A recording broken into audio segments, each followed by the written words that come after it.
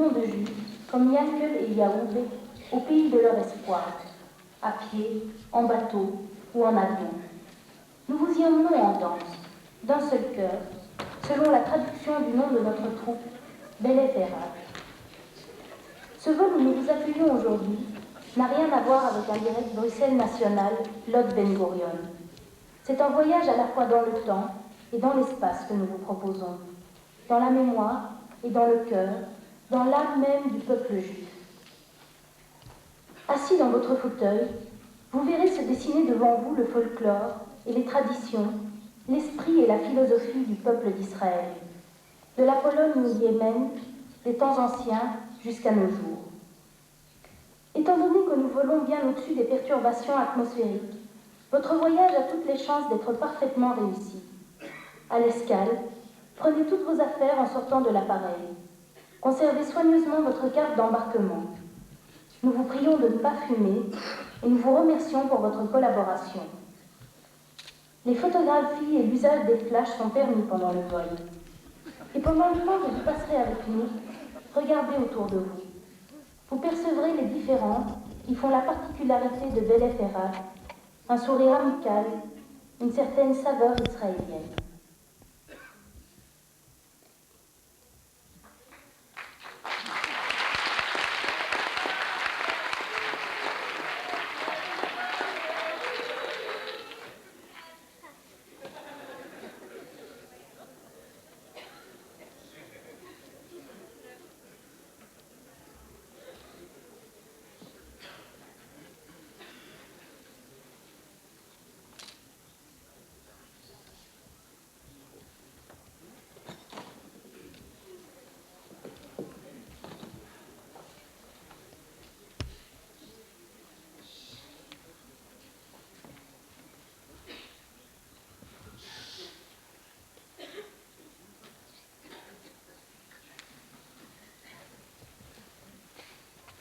אתה יהודי?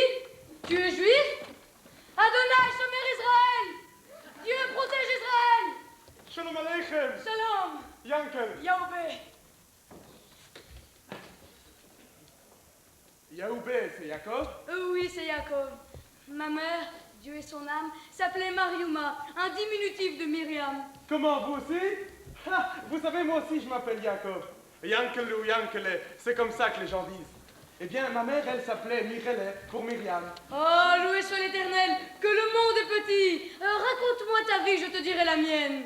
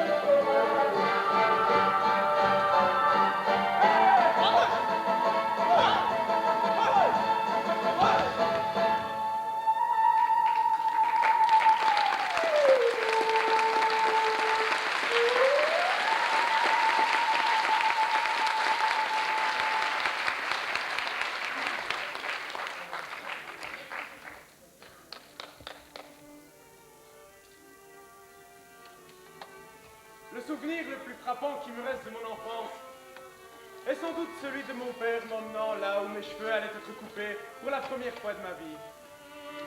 Nous avions quitté la maison main dans la main, et je regardais bien où je posais les pieds à chaque pas nouveau.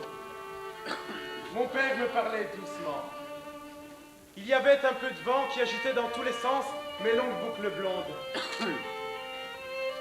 Et le soleil, m'a raconté plus tard Mirelet, ma mère, donnait à ma tête l'apparence d'une boule d'or et de lumière. Elle pleurait, j'ignorais pourquoi. Moi, je me concentrais de toutes mes forces pour essayer de marcher aussi bien que papa. Après une très longue route, longue comme l'exil, comme aurait dit mon père, nous arrivâmes à un endroit du village où les autres enfants, âgés comme moi de 3 ans, attendaient avec leurs papas respectifs. Et ils hurlaient, ils pleuraient. À ce moment, sans raison, je me mis aussi à crier, et des larmes chaudes me coulaient le long des joues. Soudain, je vis une multitude de longs manteaux noirs qui s'affairaient dans tous les sens. Oh, j'avais peur. Et mon père continuait à me parler doucement. J'aimais tellement mon père. Mais que pouvais-je y faire? J'avais si peur. Surtout quand je vis ces ciseaux s'ouvrir et se fermer. Quand j'entendis ce qui devait être probablement des prières, mais qui pour moi n'étaient que bruit et rugissements terrifiants. Les boucles tombèrent une à une, à l'exception des 2 pailles qui coulaient encore de mes tempes. Pour la première fois, je crois, j'eus froid à la tête. Vous vous imaginez? Froid à la tête. Et j'étais maintenant sur les épaules de mon père qui dansait. Et moi qui pleurais, j'avais peur de tomber.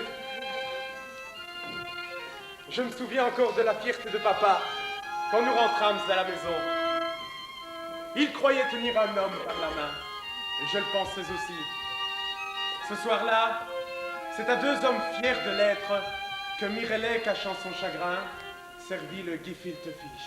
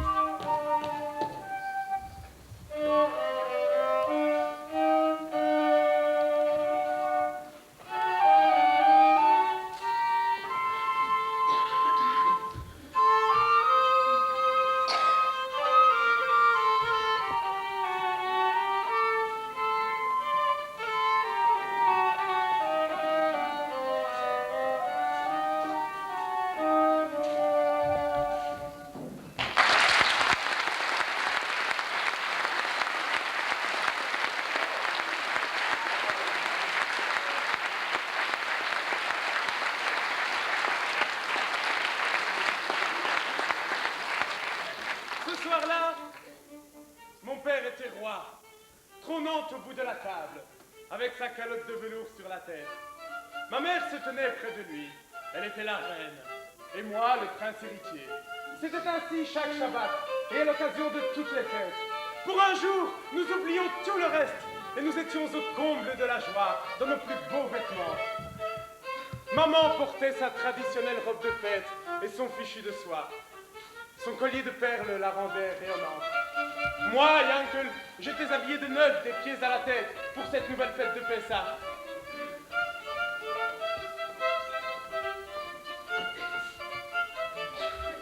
Nous étions tous accoudés sur le côté gauche, sur des coussins, à table, prêts à écouter le roi réciter la Haggadah.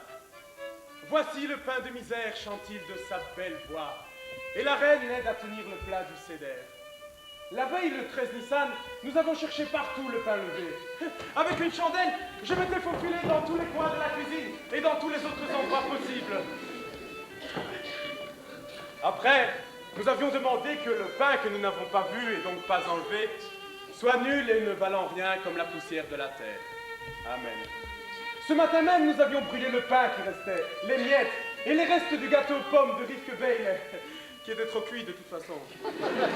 Comme les années précédentes et les années suivantes, je posais les 4 questions. Ma Nishtana, en quoi cette nuit se distingue-t-elle des autres nuits? Et tous me répondirent ce que je savais déjà.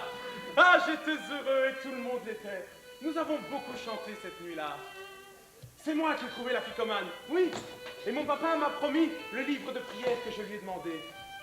Je le prends toujours avec moi. Jusqu'à ce que maman m'envoie dormir, nous avons discuté de la sortie d'Égypte et de l'an prochain à Jérusalem, quand Dieu aurait décidé de mettre fin à notre exil.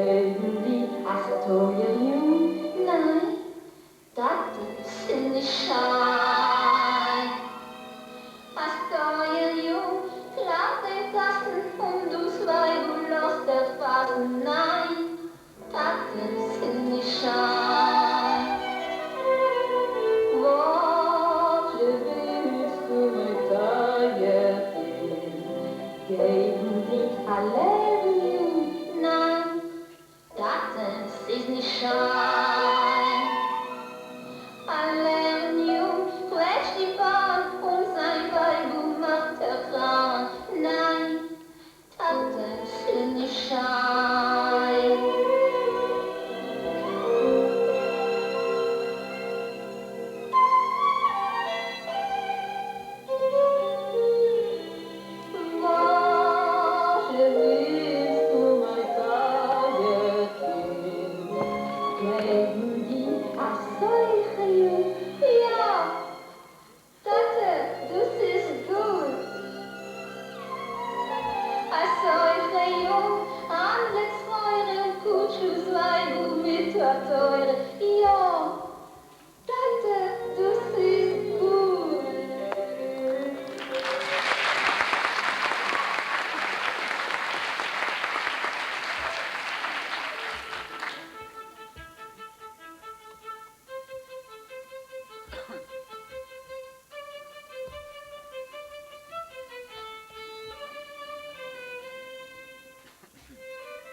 C'était un mardi de printemps, le 3e jour de la semaine. Les mariages avaient souvent lieu le mardi, parce que l'Éternel avait dit Kitov 2 fois le 3e jour, pour marquer qu'il considérait que sa création avait été particulièrement bonne. J'étais adulte depuis ma bar mitzvah et largement en âge de me marier. Ouais, de toute façon, mon père avait déjà tout arrangé avec Sourl la marieuse et les parents de Roufelel, alors qu'elle n'avait que 2 ans, et moi 6. Nous devions attendre pour nous marier que je finisse mes études à l'Elishiva. Elle était habillée tout en blanc, et un voile cachait son visage. Moi, j'étais habillé tout en noir, et un chapeau, et nous étions ainsi l'un à côté de l'autre, sous la roupa, le dais nuptial. Le soleil éclairait abondamment la cour de la synagogue, et Rouchelet semblait refléter toute cette lumière. Mon père se tenait droit, radieux, serrant la main de tous ceux qui venaient lui dire « Mazel tov, Reb Yossel, Mazel tov !» Et ma mère qui pleurait dans son grand mouchoir, et toutes les femmes qui venaient s'affairer autour d'elle pour venir la féliciter. Ensuite, je passais autour du doigt de Rouchelet l'anneau qui sanctifiait notre union. Et puis je foulais du pied le verre emballé dans une serviette blanche, symbole de bon augure. Et l'assistance éclata en un coup de « Mazel tov, bonne chance, Mazel tov, bonne chance !» Et les musiciens juifs jouèrent de plus belle. Et nous avons dansé, dansé, dansé. Ah, ce fut magnifique.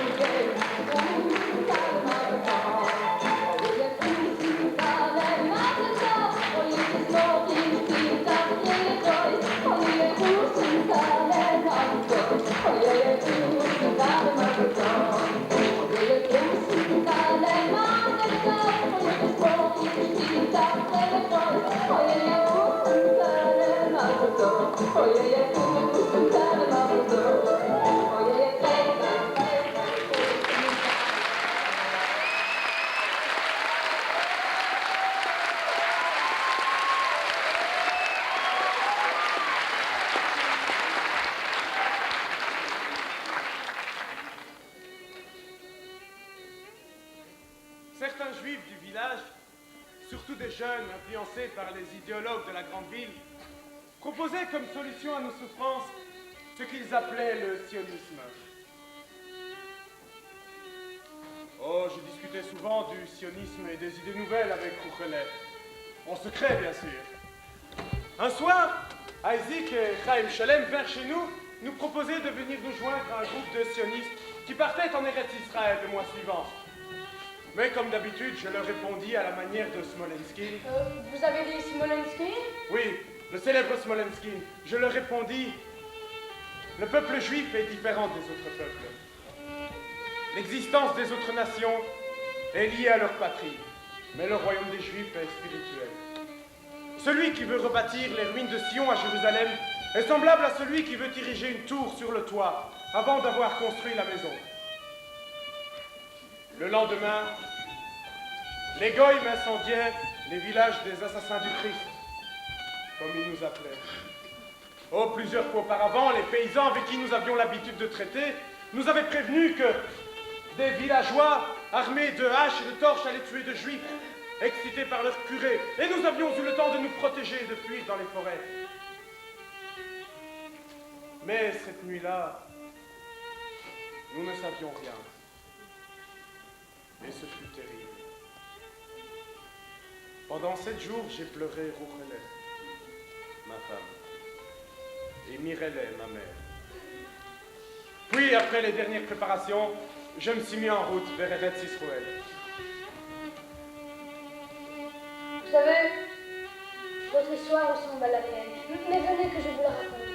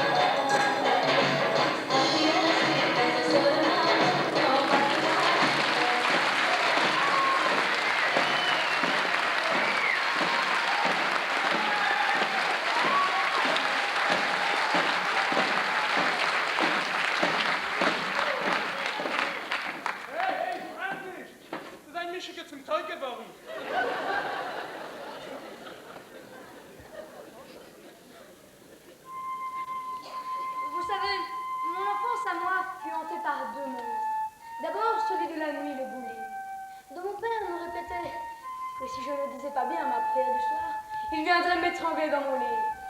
Le second, celui du jour, le moré. Chaque fois que je pêchais, mon père ne se contentait pas de me fouetter, mais il me promettait de m'envoyer chez ce moré, dont des bribes d'histoires terrifiantes me parvenaient de mes camarades. Mais dites-moi, quand avez-vous rencontré le Mori pour la première fois? Oh, vous savez, un mois d'Adar s'en va et un autre s'en vient. Et comme chaque année depuis la création du monde, il se passe des événements importants à cette saison. Si vous considérez que ce mois d'Adar est le troisième, le premier ayant été celui de ma circoncision, j'avais juste 3 ans quand mon père m'envoya chez ce Moré. Moi je ne voulais pas, je pleurais. Mais le Moré avait dit, pour flatter mon père, que j'étais en âge d'étudier la Torah comme il convient aux hommes supérieurs. Ah, c'est exact. Oui, mais à mon âge, je pleurais. Mon père me disait, mais tu n'as rien à craindre, il ne te fera rien, le Moré. Moi, je ne voulais pas. Finalement, un grand m'emmena à la Mahima, l'école primaire juive. Il s'appelait Iria et devait avoir 8 ans. C'est lui qui m'a appris l'alphabet. Ah bon? Et comment s'y est-il pris? Il me disait A, je répétais A. Il me disait bas, je répétais bas. Il me disait gars. Et vous répétiez gars? Et non, j'ai articulé mécaniquement da. Mais alors, enfin. il me pince à les lèvres avec son pouce et son index. Oui, bye. Comme j'éclatais en sanglots, le mort il leva son fouet en demandant des explications au jeune garçon. Mais je lui dis gars, il a répété da, dit-il. Et le mort il me fouetta et me refouetta. Jusqu'à ce que je sus dire parfaitement A, ba, ga, da. Jusqu'à ça. Mais alors finalement, vous le connaissiez, votre alphabet? Oh, j'étais un élève assez récalcitrant, vous savez. D'ailleurs, je me souviens, mon père était aussi fier que moi de mes connaissances. Et en m'embrassant sur les lèvres, il citait un verset des proverbes. On dirait qu'il donne un baiser sur les lèvres, celui qui s'exprime avec exactitude.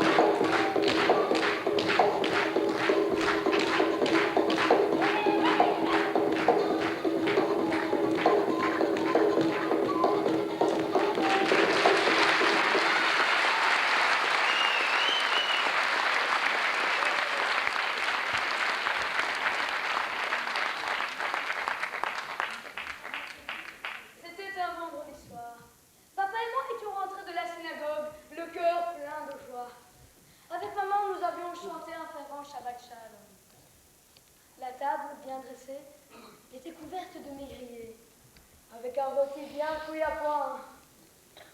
Au centre, trônait la bouteille de vin et le pain de kidouche, que ma mère, Marima, avait fourré de raisins secs.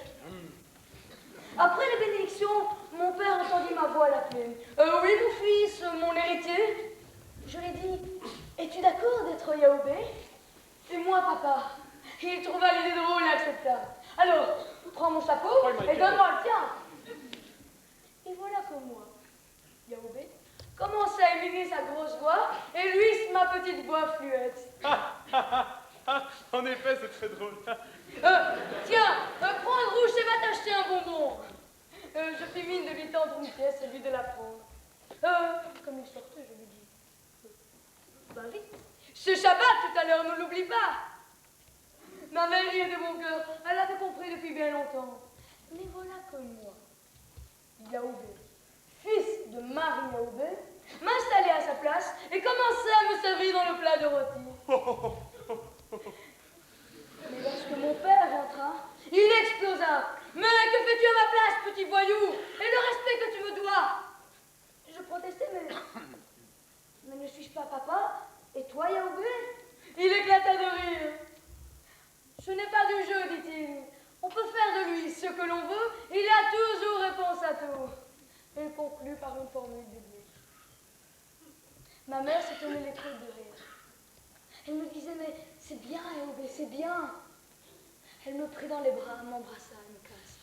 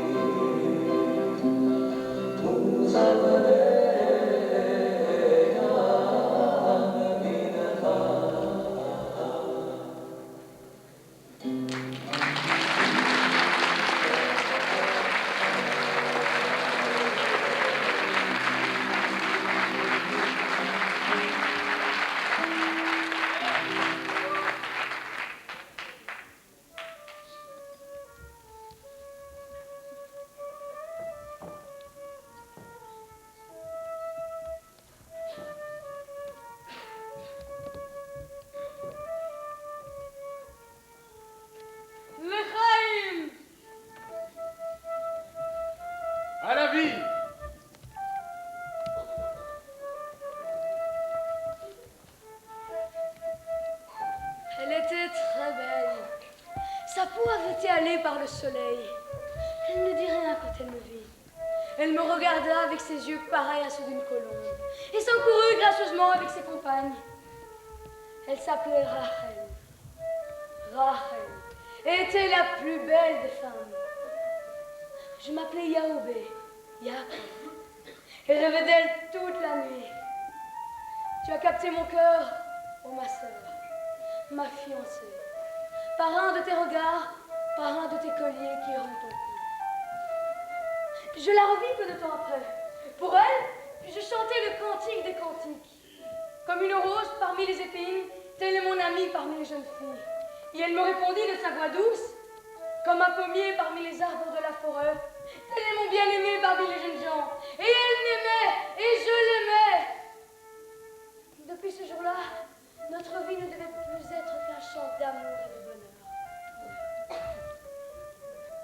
Mais que tu es belle, mon ami, que tu es belle. Tes yeux sont ceux d'une colombe à travers ton voile. Tes cheveux sont comme un troupeau de chèvres dévalant le mont Galahad. Tes dents sont comme un troupeau de brebis, fraîchement tondues, qui remontent du bas formant 2 rangées parfaites, sans aucun vide. Tes lèvres sont comme un fil d'écarlate, et ta bouche est charmante. Tes tempes sont comme des tranches de grenades à travers ton voile.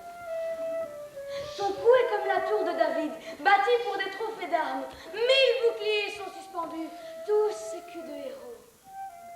Tes 2 seins sont comme 2 fans, jumeaux d'une biche qui pèse parmi les roses.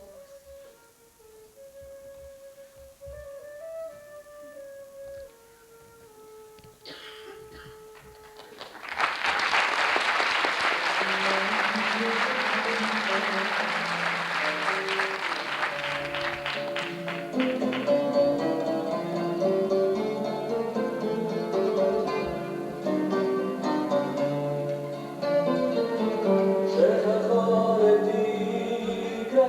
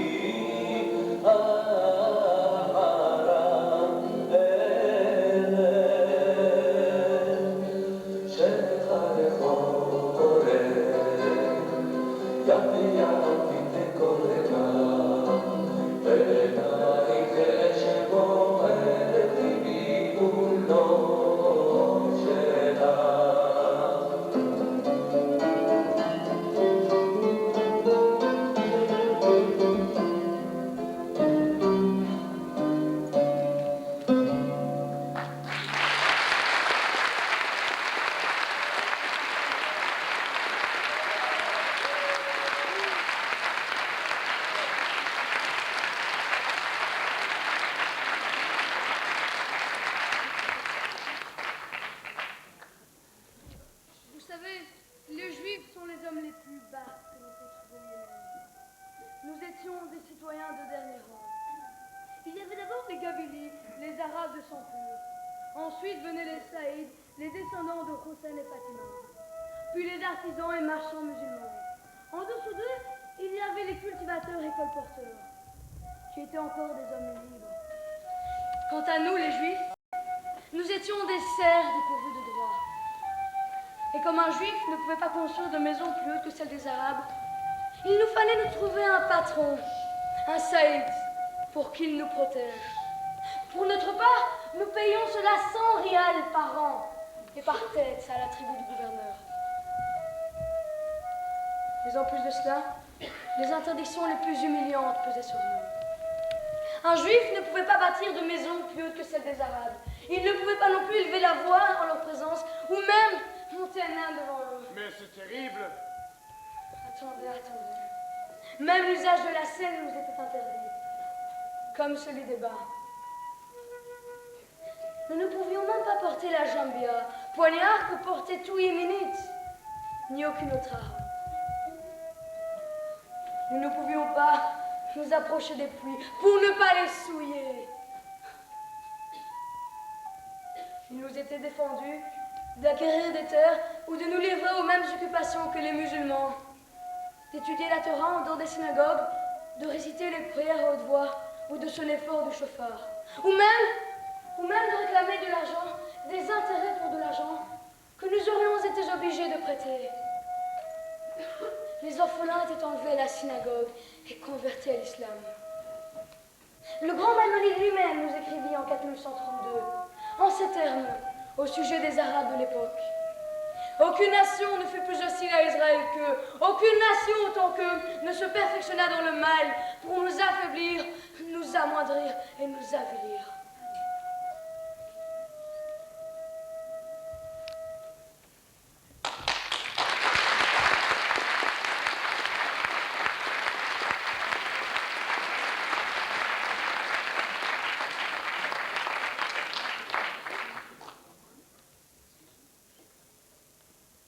Un soir, j'étais avec Yépheth, le frère de Rachel.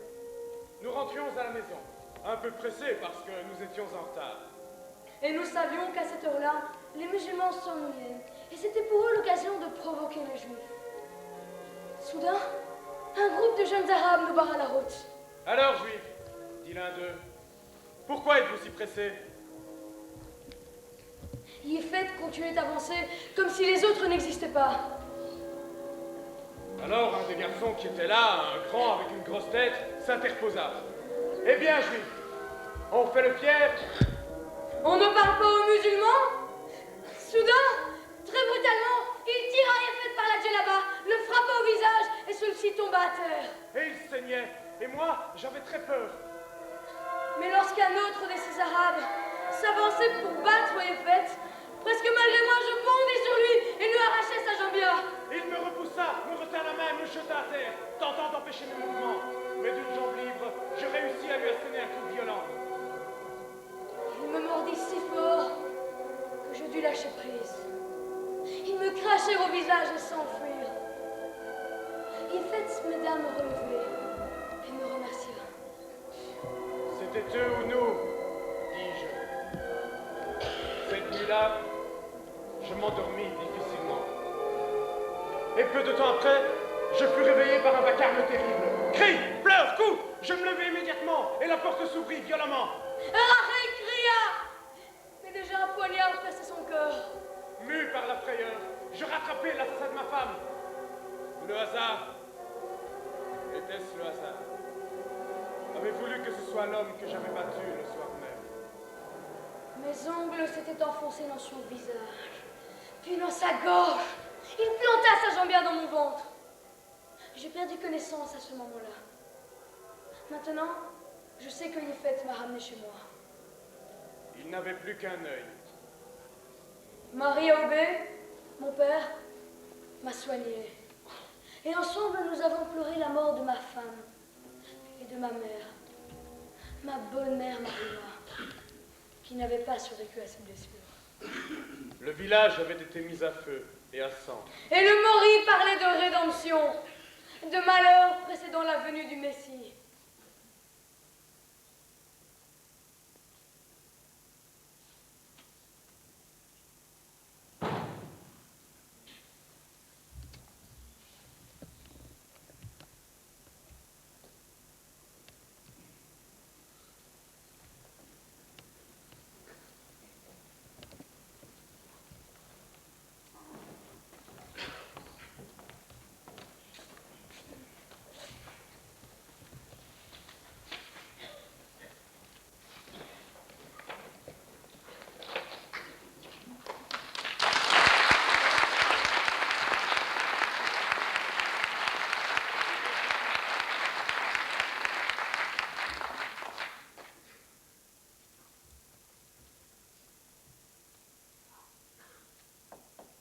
Venez, je vais vous offrir un verre. Ah, c'est une bonne idée. Je sais où est le bal. Suivez-moi.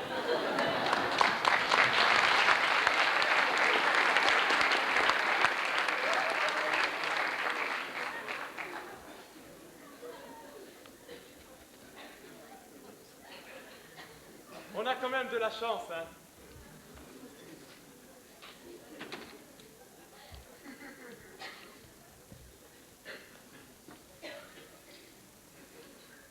Depuis toujours, nous attendions le Messie.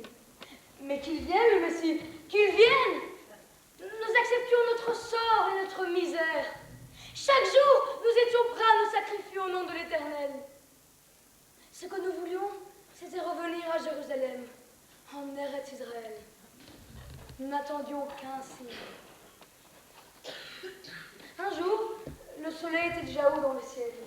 Nous vîmes venir dans le village un homme à dos du mulet. Il portait un talit et un chapeau, comme les nôtres. Il ressemblait un peu à un moré, mais n'avait qu'une trentaine d'années. Il avait le teint pâle et portait la barbe, comme nous le faisons. Il parlait un hébreu bizarre, avec un drôle d'accent, mais nous le comprenions très bien. Il revenait d'Eretz Israël pour nous chercher. Voilà, ça y était, et le village chantait, dansait, remerciant l'Éternel. Il avait suffi d'attendre 2000 ans. Demain, nous serons à Jérusalem. J'entendais Isaïe en moi, comme jamais le Moré ne l'avait fait entendre. Ramène mes fils des pays lointains et mes filles des extrémités de la terre. Debout, mes frères, nous dit l'homme, levez-vous, l'heure a sonné. Notre pays attend ses fils et ses bâtisseurs pour sa rédemption et pour la vôtre, pour lever ses ruines et cultiver ses terres désertiques. Nous vendîmes nos maisons et nos biens sans argent. Nous laissâmes nos synagogues aux gentils. Et nous allâmes prier le mort et demandâmes le pardon et l'oubli. Car nous savions qu'Eretz Israël signifiait la remise des péchés. Et donc que nos ancêtres nous pardonneraient. Et nous emportâmes les rouleaux de la loi et les objets sacrés. Ainsi, nous nous mîmes en route. J'ai mis du pain béni dans ma poche et je suis partie. Je ne me suis pas retournée pour conjurer le mauvais sort. Sinon, je risquais de retourner au Yémen.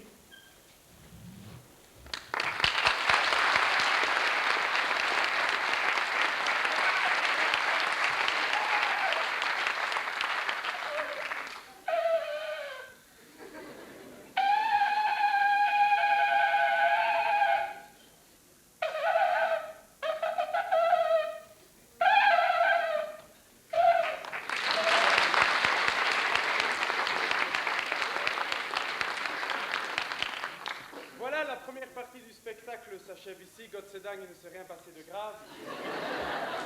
Il y a un adage populaire qui circule parmi nous depuis bien longtemps, As der Rebbe trinkt, trinken alle Chassidim. Il y en a 4 qui suivent. Bon, alors, ce que nous vous invitons à faire, c'est de rejoindre le bar pour vous rafraîchir et de venir nous rejoindre d'ici un petit quart d'heure pour continuer ce fabuleux voyage qui nous emmènera tous en Europe.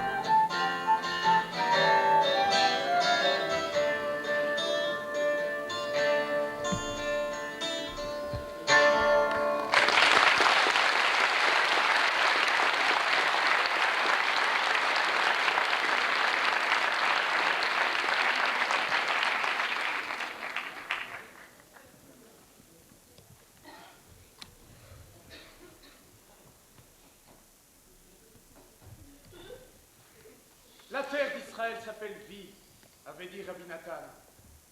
C'est elle, en effet, qui nous a ranimés, a récompensé nos espoirs et a alimenté notre volonté de vivre. Je n'avais jamais appris à cultiver la terre auparavant. Papa disait toujours, Oi fremde Recht beut man nicht. On ne bâtit pas sur une terre étrangère. Et je n'avais appris à cultiver rien d'autre que mon esprit, avec les commentaires du Talmud. Mais nombreux étaient parmi ceux qui étaient montés avec moi en Eretz Israël, ceux qui avaient reçu une formation agricole dans leur mouvement de jeunesse sioniste. Partout en exil, il nous était interdit d'exercer certains métiers. On se contentait alors d'être de simples artisans. Mais maintenant, nous avons une terre à nous, Eretz Israël, et nous sommes un peuple réuni. Loué sois-tu, Éternel notre Dieu, Roi de l'univers, qui a rassemblé les exilés en Eretz Israël. Une ère nouvelle est née, et nous sommes ses pionniers, les Chalutim. Viens, j'ai rencontré des amis, je vais te les présenter.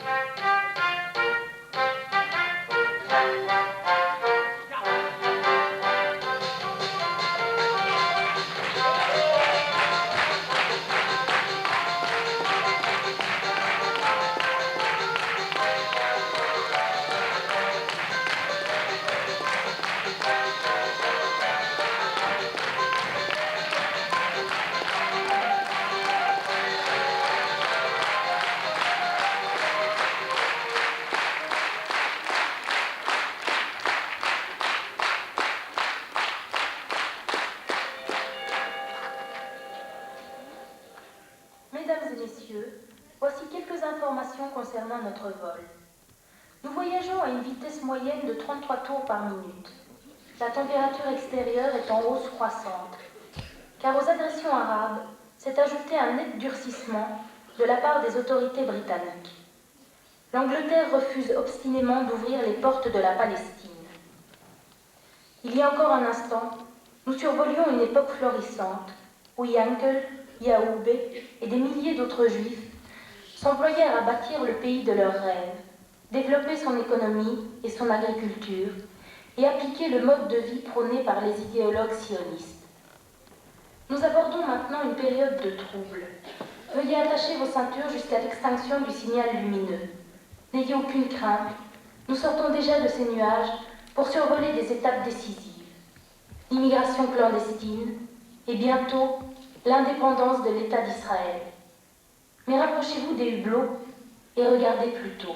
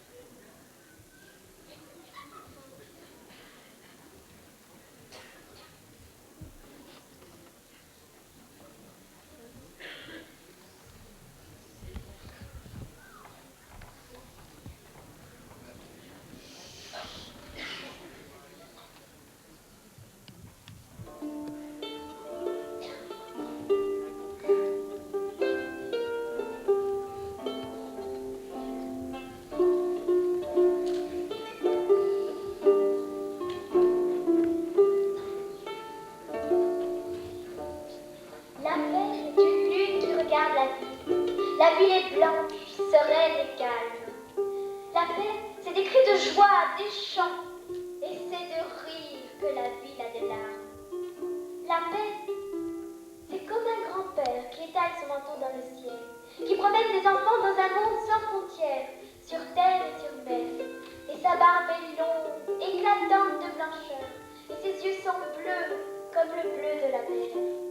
La paix, c'est l'allégresse des moissonneurs qui vont au champ le rire aux lèvres, des enfants qui rient, dansent et chantent, des étoiles claires et le ciel. Des oiseaux gazouillent sur la cime des arbres. Dans les prés, les ébis murmurent. La paix est merveilleuse. Et le vent leur apporte au blé une. Et lorsque la paix viendra dans les jardins et dans les champs, et les fusils disparaîtront, tout le pays sera vêtu de fête et de blanc, et le soleil brillera 7 fois plus fort.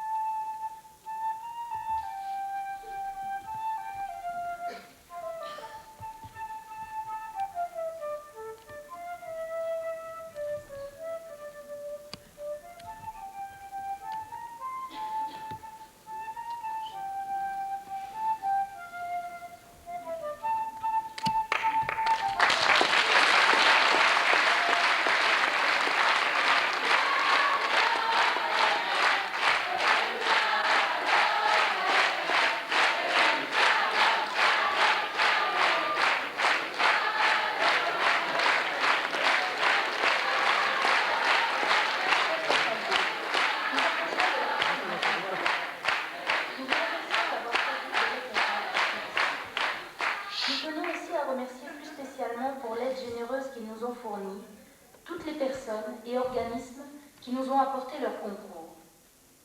Nous vous rappelons que Bélé Ferrat anime toujours vos mariages, bar mitzvot et brit et autres fêtes avec le prix de la Il vous suffit de nous contacter et la chaude ambiance dont vous désirez imprégner vos occasions de joie sera garantie comme chaque fois.